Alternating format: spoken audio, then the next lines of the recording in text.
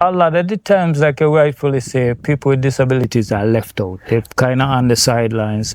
They either don't have jobs, or they have menial jobs, or living with limited income. So initiatives like this would help people with disabilities in so many ways, because it helps them to, one, be able to eat healthy without having to worry about the cost, because we know for even the average person, trying to eat as healthy as possible is more expensive than so initiatives like this help a whole lot.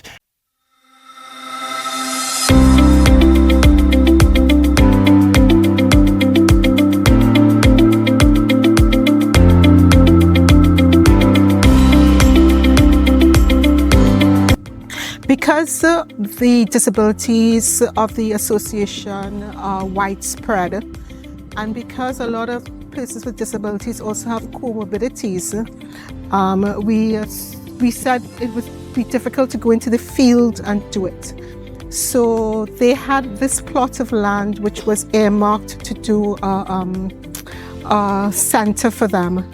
And so we decided that we would use this plot of land, since at that time it was vacant, to do this project so that there will be a training area for persons with disabilities.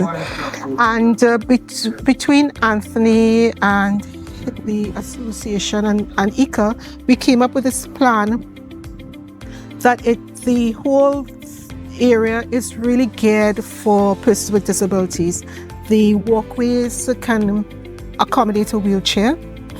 The matting is easier for the wheelchair to go on. We worked with the Clarence Fitzroy Bryant College to design an irrigation system where everything is underground, so there's no tripping. And then we have these raised boxes where you can easily manage to plant, to harvest, to do everything. And then, of course, social development also assisted, and that they gave us a team of workers who assist in really maintaining the facility. So it has really been a collaboration.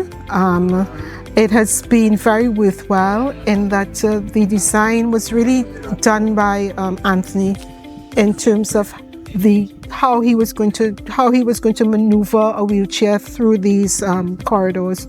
We approached GEF to get the funding, and they agreed to fund it. So we've been working, like Ms. Jones said, we've been working with the Ministry of Agriculture. Actually built the boxes them for us, and then we just bought them here and installed them. And the Clarence Fitzroy Bryant, they came and put in the irrigation system. I think that was one of the first things that was done. They came and put the irrigation system in, and then after that, now we came and we installed the boxes and put all the soil in and the composting and stuff like that there. So it's been a collaborative effort between the organization, IICA, Ministry of Agriculture, Social Services, STEP, and the college. Everybody working together to try to get us to where we are now. It's run organically, so you see a lot of marigold, and really because we didn't want to have persons with disabilities be exposed to harmful pesticides, and it's safer for them in case they touch, eat, or anything. You don't have that second guess. We chose these because they're kind of more like a cash crop. See, and then the herbs and the thyme is more like a faster selling stuff then. So we figure it would allow us to always have money on hand, so we could kind of, when we need stuff for the farm, we're able to buy it, And then we now want to do like peppers and the big tomatoes. Yeah, those, because we kind of figure those two is things that would sell more often. Yeah, so that's some of the idea behind this stuff that we choose. We choose things that sell a little faster and so to provide some kind of income.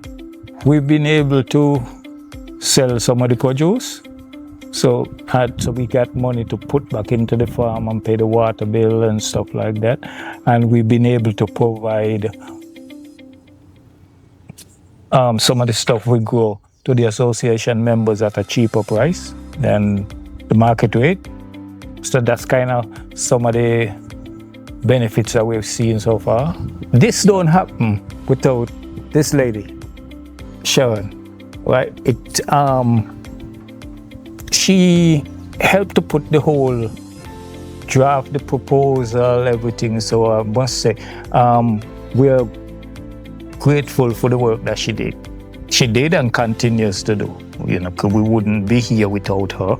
And we wouldn't have gotten it up off the ground without all the other people that's involved. We had discussions with education so that even students with disabilities can come here and be able to interact with the plants, because there's this whole thing called horticulture therapy where we want to introduce that at some point, more than likely after we get the building finished, to introduce horticulture therapy because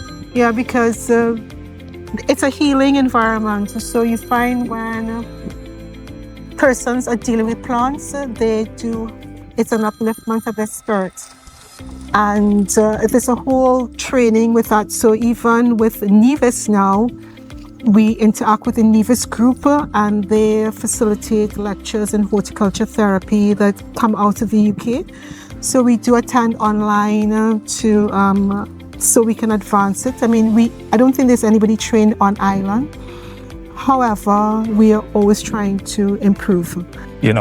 When it comes to stuff like that, when it comes to teaching somebody, like how the saying goes, if you give a man a fish, I teach him to fish.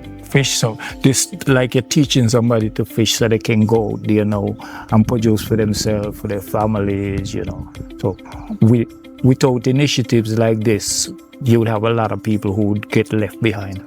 And that's one of the things that we trying to ensure that we could get as much people trained as possible, so that the people who was trained would be able to then help themselves. And so we don't only do this, but we do other training, but this is like one of the mainstays. And it's because that is why we try to get to work with different partners, because when we work with these different partners, then we can have more to offer, and that way we can help more people.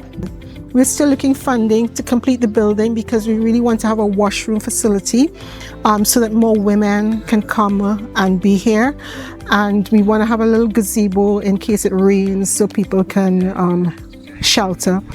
There's still work to be done, but like everything else is where the money comes from, so we're trying to see right now where we can get funding to finish it up, at least finish the building, this where we can have more women come here, because currently we can't have women here because we don't have a functioning bathroom, So that's kind of the main thing that we need to get the building done, so we have a functioning bathroom. Then we can have more people come up here and learn about farming, Then that way they can help themselves if it's just to be able to grow healthy food that they can eat, and then maybe if they grow enough, then they can sell it. So this project is originally designed to be a training farm. So people come, they learn farming, and then, they can do whether it is in their backyard or whatever, so that they can be able to help themselves, even if it's just eating healthy, That's kind of the whole idea behind this project here. And so hopefully we can find that money this year to finish it up.